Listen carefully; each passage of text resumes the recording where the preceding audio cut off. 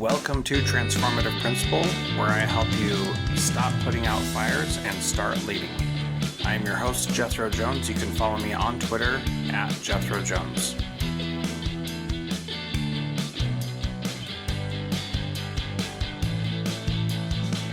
Molly, so tell us what journey modeling is and what we should understand about that as it relates to the K-12 education space. So journey modeling is an activity. It's actually an opportunity for you to take a look at your constituents or your stakeholders' positions and their thought processes that go into making the decisions that you ultimately want them to make, or like the conversions you're looking for, right? So if in enrollment or recruitment, you're looking at, let's say recruitment specifically, right? You're looking for someone to choose you as the districts to work at. Journey modeling allows you to look at their touch points with you as a district from hiring, and even before that, before they even think about hiring with you, what they know about your district, and then also where they're going to find more information, who they're talking to, and really defining those touch points along that individual's journey to see where you can enhance them, or where there maybe needs to be messaging that needs to be tweaked to drive that information that you're trying to bring to that person to make those decisions that ultimately gets them onto your team.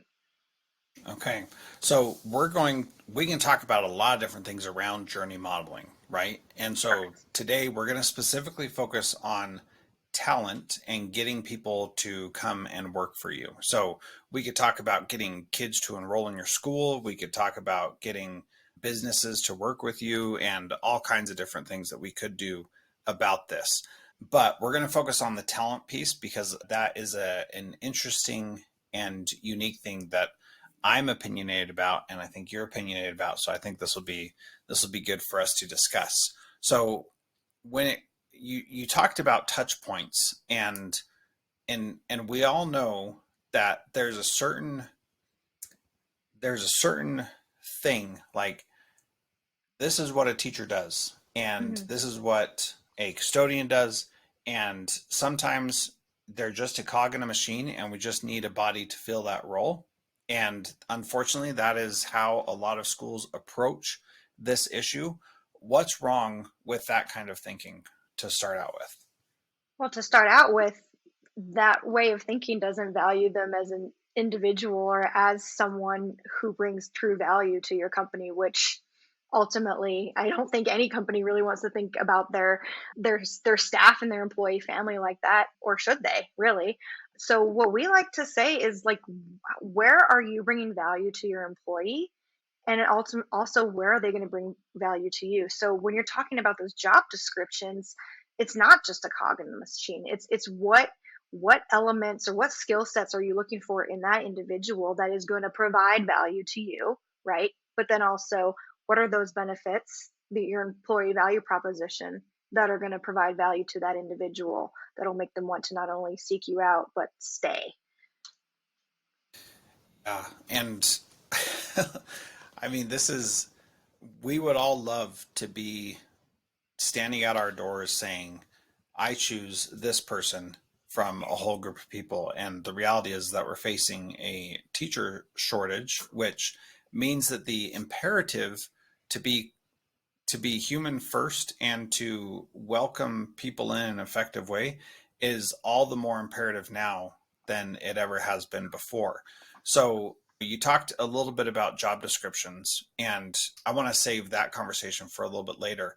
But let's talk about other things before that, before somebody even gets to that point, because there are these other touch points of opportunities to interact and do things.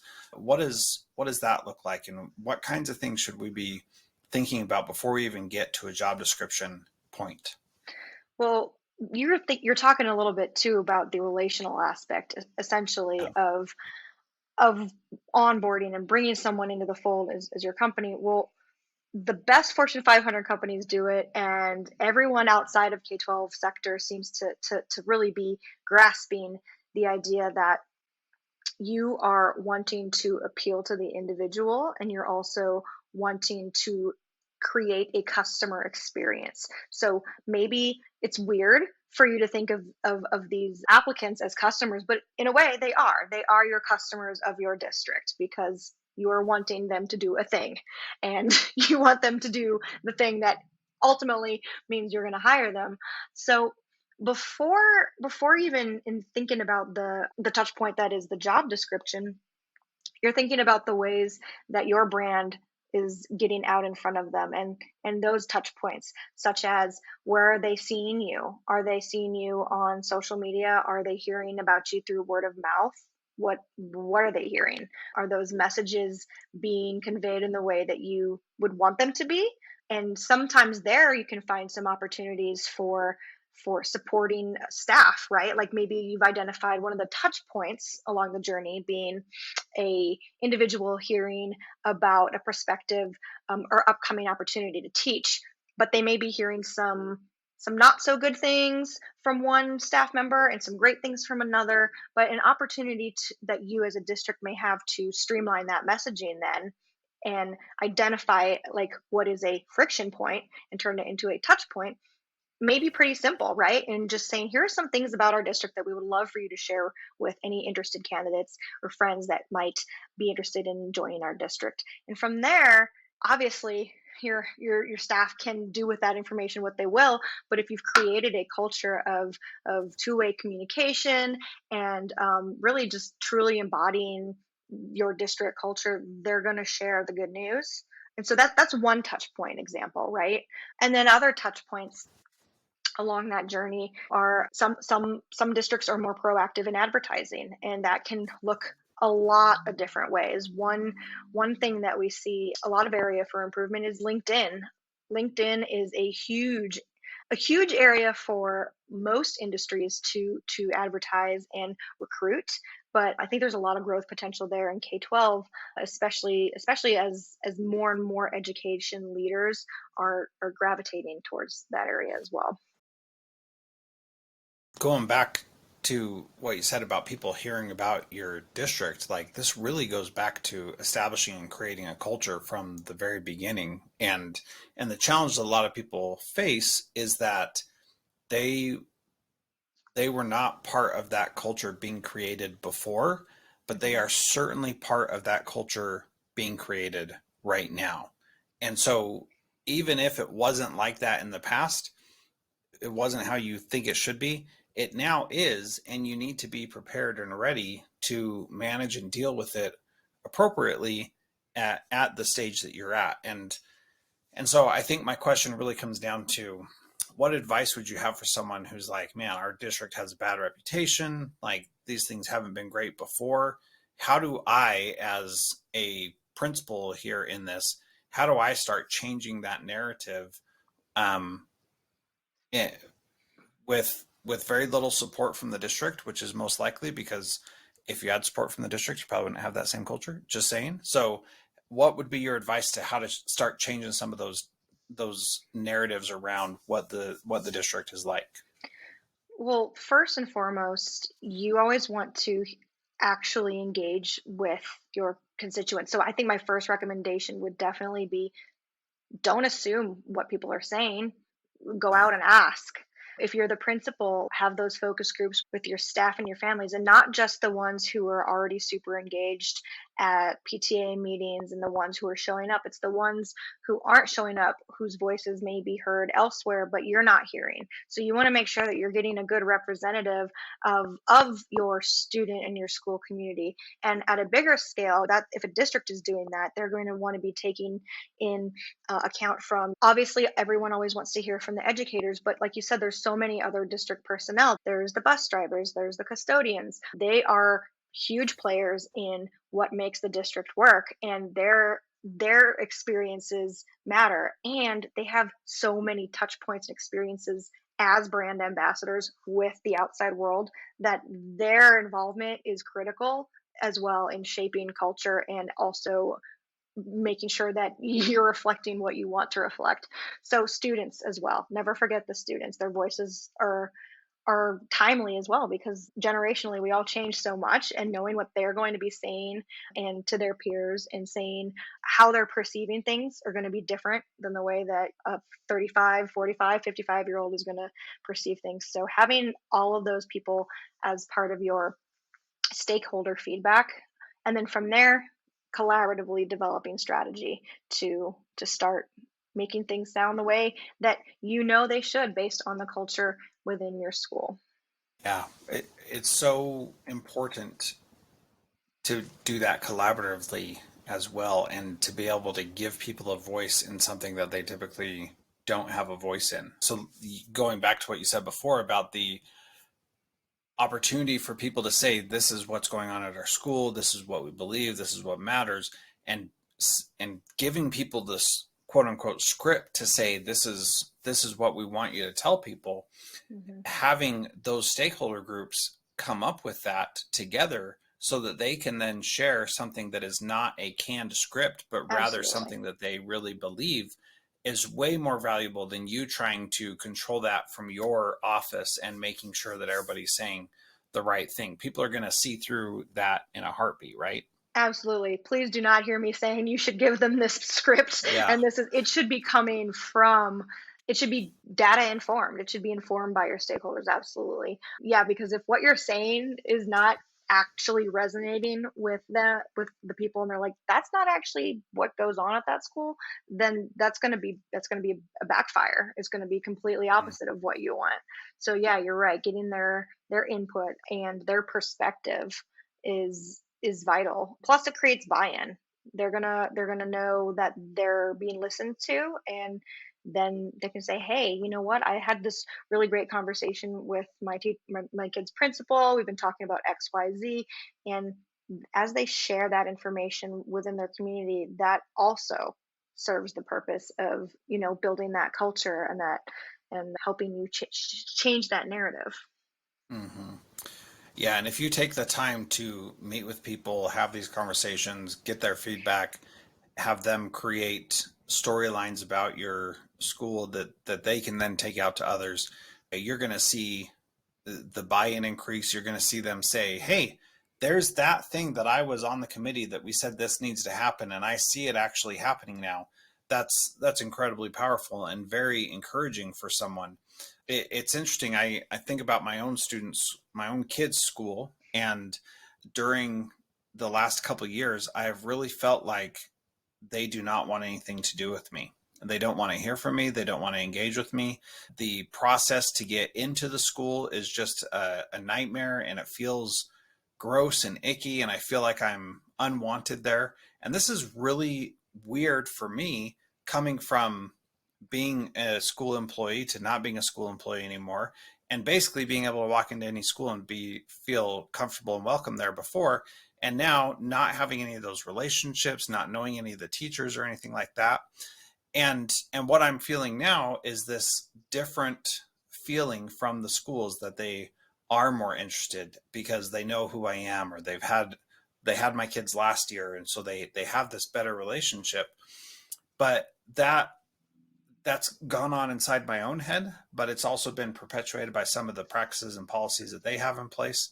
And feeling like they want to hear from me and want to be involved is a powerful thing.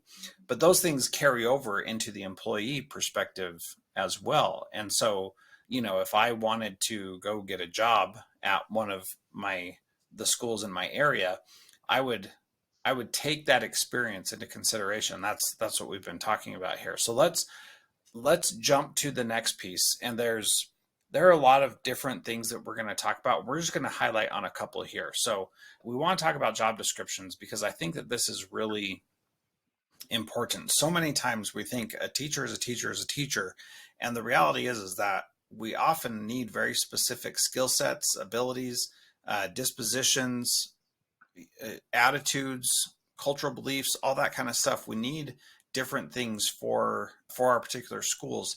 Talk to us about how to write effective job descriptions that are more than just come be a third grade teacher.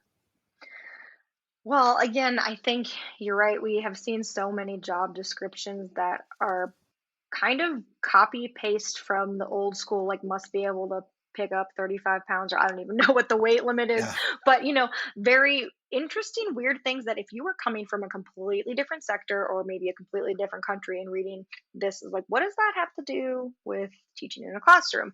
So I think ultimately, and we've been doing a lot of research on what key drivers are for certain generations, and a lot of them coming into the workforce right now, they want that clarity and they want expectations set. I know I'm a millennial, and that is something that I can definitely attest to. I thrive better when I know what my expectations are. So having those job descriptions with very clear expectations that are job specific and related to that job description, especially, like it's not going to be the same for a science teacher for 6th to 8th grade as it would be for an elementary teacher, an elementary music teacher. But at the same time, there are so many unique characteristics of each that these folks have gone to school and really honed their talents for it. So like valuing their actual talents and skill sets in that job description and saying, this is, we know what you have done, and we know this is your value. Again, valuing that person's educational experience. But yeah, also writing those descriptions, setting those expectations.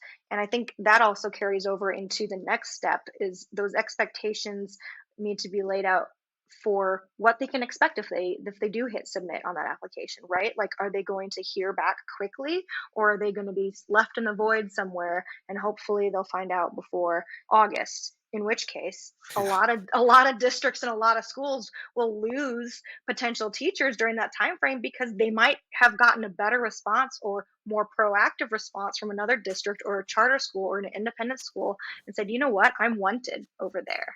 And I think Hmm. that's the thing that a lot of schools are missing, is saying like, yes, you want your students and you want that outreach, but you also need to show that same level of interest to the faculty and staff that you have, because they keep you running, and they're going to be your biggest brand ambassadors or the opposite. So showing them and extending them that customer service is important from the very beginning. That idea of making someone feel wanted from the very beginning is so powerful. And I often told people when I was in the hiring process with them, once I said, like, I want you to come to my school, I would say, we're going to enter into a bureaucratic process where it's going to feel like nothing's going to happen. And then all of a sudden, 10 things are going to happen at once. And it's going to be really uncomfortable. And I would tell them this beforehand because I wanted them to know, like, you reach out to me and say, here's what I'm feeling, and let me know where you're at. Because if you know that I'm here and I'm listening and I'm going to work with you on this and help you get through this thing, this, we're in a bureaucratic system and this kind of stuff has to happen, but it doesn't have to be awful. And so it's going to take time. They got to do a background check. HR is not going to talk to you and tell you what's going on because they're keeping their cards close to their vest, making sure you pass your background check, doing all this kind of stuff. But I want you to be here. And if there are issues, then let's talk about it. And one of my favorite experiences was with someone who was a great teacher, or seemed like he would be a great teacher. And we found some stuff on a social media feed that was concerning. And I called him up and I said, hey, we're in the middle of the process and here's what's going on. We found this on your Facebook account. Like, we need to talk about this. And he said, oh, yeah, sorry. I was not in education before, different expectations. I realize if I'm working with kids, then I can't have all that stuff there. And so I'll go ahead and delete that. No big deal. I said, great. That's exactly what needs to happen. But let's talk about this a little bit deeper. Is that going to be a problem for you being here working with kids? And he said, no, it won't be a problem. I don't have to worry about that. It's not an issue at all. And I said, okay, I'm telling you right now, person to person, human to human, this, if it is a problem in the school, you're going to lose your job. And I'm telling you that because I care about you. I want you to know. I just want to make sure, is this going to be an issue? And he was like, nope, not a problem. Sure enough, never was a problem. Didn't ever have to worry about it. So grateful for that, because that is always messy and difficult. But the thing is, because we had that relationship, I felt very comfortable reaching out to him and saying, hey, this is the situation, this is what we're facing. It's not a deal breaker, but it could easily turn into one if we don't have that relationship to start with. What other little things would you advise people do in that process between the job description and the getting hired to help people feel at ease, feel comfortable, and feel wanted? Well, and I will reiterate, you said you called it relationships, but I also heard setting expectations. Like Mm, in those conversations, you were letting them know what would happen if X happened. So that's important. As for other things to make them feel wanted and appreciated, you mentioned you're speaking sort of like at the principal and the school level, and we're talking a little bit about HR. I think overall, and a lot of the work that we're trying to do is take it at that broader level. Like HR does have the opportunity to grow here, and they don't have to necessarily keep their cards close to their chest, as you say. There are some bureaucratic things that have to be done. There's red tape. You're going to be working, if you're working for a government entity, no matter what, but you can still communicate and say, this is what's going to be happening next. Here's who you're going to be hearing from. If you have questions, here's who you can contact, and then actually make sure that that person contacts them and picks up the yeah. phone. And a lot of those things can be automated too. Like a lot of those sequences and messages can be automated, but written in a way that again values the relationship. So I think we've talked a little bit about AI and how that can be utilized. You can create these scripts that are automated to go to an applicant that you use the prompts, come up with a script, and then make it your own, right? As the school principal or as the HR representative, that really captures the vision and the value of your school. And sounds like you are really engaging and values the relational aspect, but using using technology to make it a very seamless and quick transition, so that as soon as that person submits that application, they're automatically going to be getting some sort of response from your district written in your voice, perhaps supported by a little bit of technology. But so streamlining those processes, I think, is key. But as far as also making folks feel welcome, is like that interview process. I've heard a lot of former teachers saying, I ultimately chose to go to this school in the same district as this school because of my interview process, because of the space that I was made to feel more comfortable and heard. And something that really struck me one time was someone said, I took all of my portfolio, I took all of my teacher, when they first came out of school, like they were so proud of everything they had, and then when they brought it to review, for as they were Yeah. asked by the, and then someone was just like, yeah, okay, cool, and they just Yeah. didn't even look at it. Well, it's kind of soul crushing, especially if it's your first job coming out of school. And then even if it's not, like, at least let them know that you've read them, by ask them a question from some of their work, or ask them how they would do X, Y, or Z in a school. I think I think we're seeing a lot of Gen Z and millennials really appreciate autonomy and flexibility. And while you might not be able to offer that in a traditional K-12 setting, as far as like times of day or flexibility there, you can highlight the areas of flexibility within your school system and within your school, saying, we have built in this X amount of time for teacher planning, or we have this period of time where students do this that maybe is a little bit different than another school, that shows flexibility and allows that teacher to have something unique in their classroom, or have something unique in their daily life of as an educator.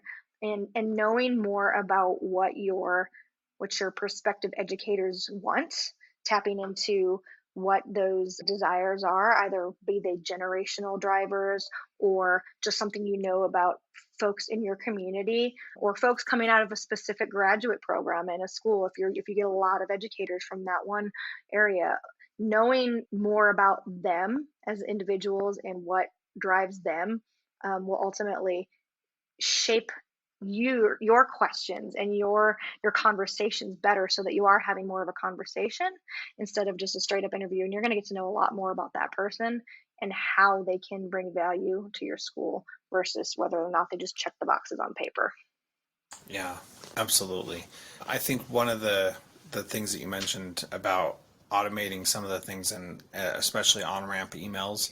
This was something that I've talked about on the podcast before, but I get little notifications in Trello every few days about somebody else joining this link. So in the show notes, there's a link for the new hire on-ramp email template that my assistant principal and I did in Kodiak, Alaska, in welcoming people to our school.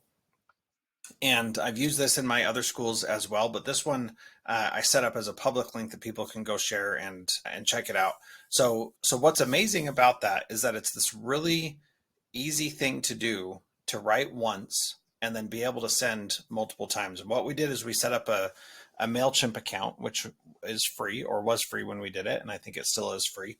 And you put all these emails in, and then every week somebody would get a new email talking about what it was like to live on the island and what it was like to work on the island. And so we had something about living and something about working.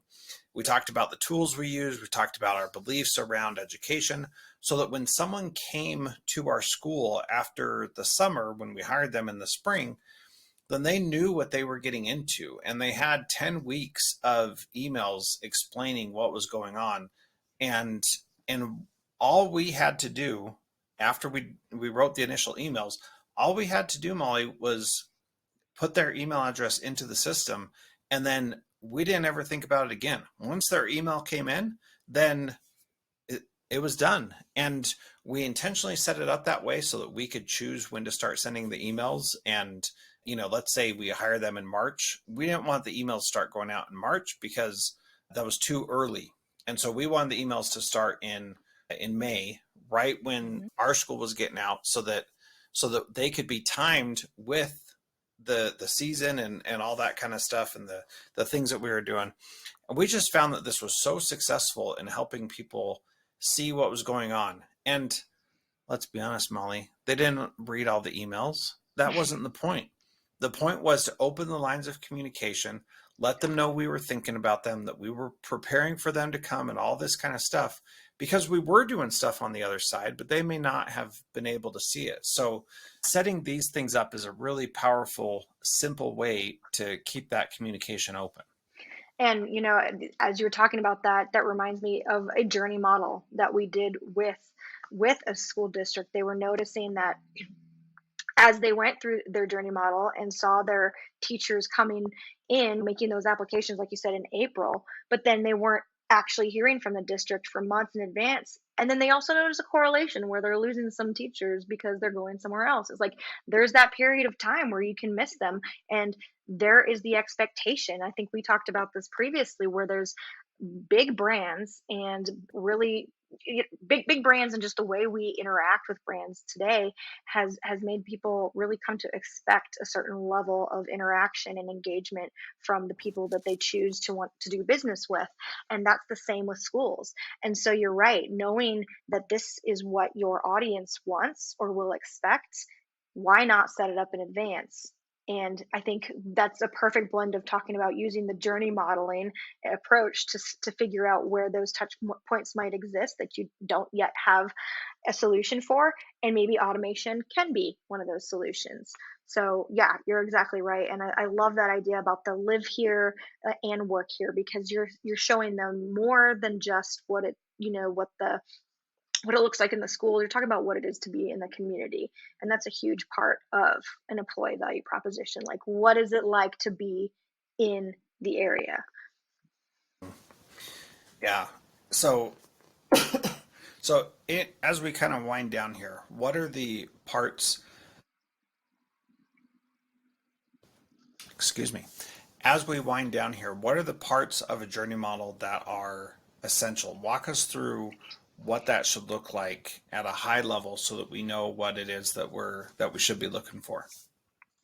So to kick things off, there's always the catalyst. There was always going to be the catalyst. And for someone coming into a new position, that could be, again, and you're taking it from their perspective. So their catalyst may be don't love where they currently work, or maybe they're moving, or maybe they're graduating and they're finding their first job. But ultimately, there's the catalyst that gets them looking for the job. And then at the end, you want to know what their desired result is, which may be in this case, actually application and then ultimately staying on. But in between all of that, the key points are finding those points that are points along the road where they are asking questions.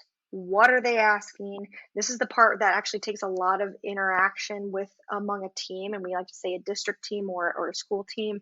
Say, who are they going to? What are they talking about? What are their concerns? So for recruitment, thinking, what's the cost of living in my area? Something you mentioned, kind of touched on with that email sequence.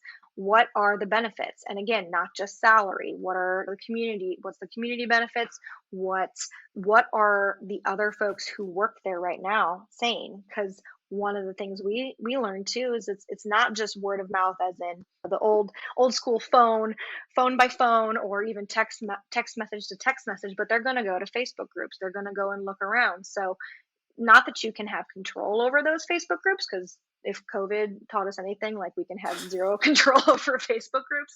Knowing that they exist and knowing what they're saying gives you power, because you know what is being said and where they're looking, right? And then just noting that along the lines of their decision making process, what happens as they decide. Once they make that decision, then what's happening, right? What's happening in their lives? Again, not necessarily the schools. What's happening in their lives that is dictating the next step.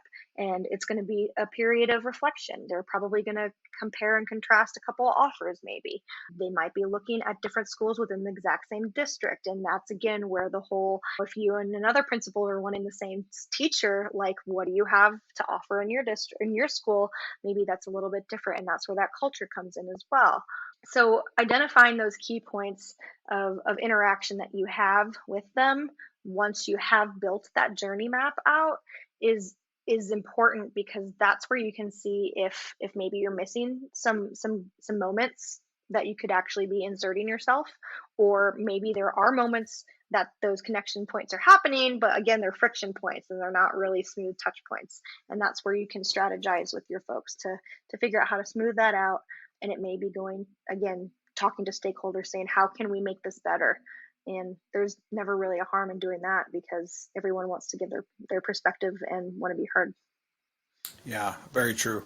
One of the the things that's interesting that you can also do is share those Facebook groups, especially the ones that are possibly critical of the school, and not hide behind hoping people don't find those things, and saying, hey, here's a really active Facebook group in our community, and if you're welcome to go in there and check it out and see what people are saying. And that was something that I did where there was a lot of angst in the community. And I said, look, these people are not happy with what's going on. We are working on changing that, but I don't want you to come here and think that everything is rosy and perfect, because it's not. And being honest and clear about, these are some of the struggles we're facing. This is what parents are saying. I want you to know that, so that you're prepared for what is coming in here. And one of the pieces of feedback I got on that was, I really appreciate that, because I know that parents are upset at every school, and knowing what they're upset about may help me decide whether or not I could handle working here or not. And I can handle those issues. Like, Mm-hmm. that's not a big deal. And in other situations, they're like, no, I definitely can't do that. I Just as a quick aside, I had one situation where I've had this happen several times, where I'm interviewing someone and they're like talking about what they want out of the job and stuff, and I'm like, this isn't going to work. Like, you do not want the same things that we want, and this isn't going to be a good fit. And I've actually ended interviews early, because we were able to openly talk about what it is that they wanted, what we wanted, and where there was an alignment. And I was able to say, look, you seem great, but this isn't a good fit for what we're trying to do here. And boy, that was so freeing, Molly, to feel Mm-hmm. like I could say, I can already tell you're not a good fit. No harm, no foul. Like, I know you want a job, but you really need to find a job where you're going to have a good experience, because you coming here and being miserable for the next year while you fulfill your contract is not worthwhile for anybody. Not us, not the kids, not you. Let's end this before we even get started. And that's okay too, but we're afraid to say that a lot of times. Well, and that goes back to providing value. Like you saw that they Mm. weren't going to provide value to your school, or you weren't going to be able to provide what they were valuing in their career. And so, yeah, it's all about that right fit.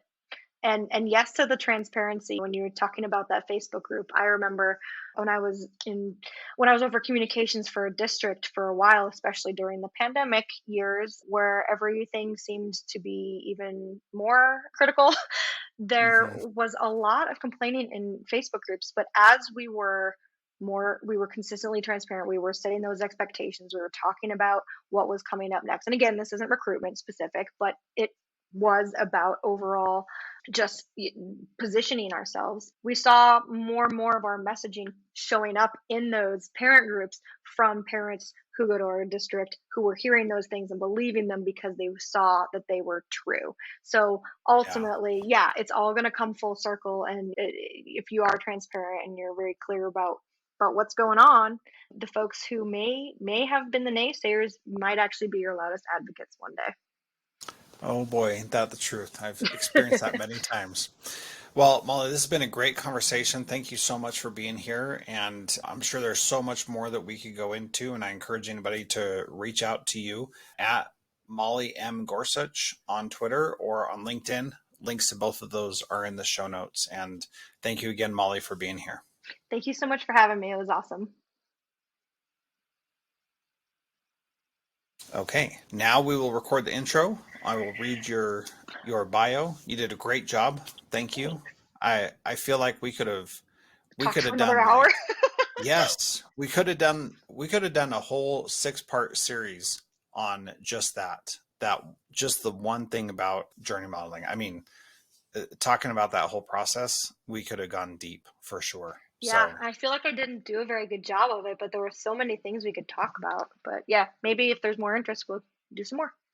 yeah, I mean, I think that would be cool to do like a like a little kind of like a course on it. Like here's we're gonna look at all these things. We could even bring on a couple district HR people or something and go through it with them or something like that. I mean, I don't know. My mind's just spinning right now because there's so much cool stuff that we could do with it. I mean, educators just don't think about this stuff, Molly. It's just not in their wheelhouse.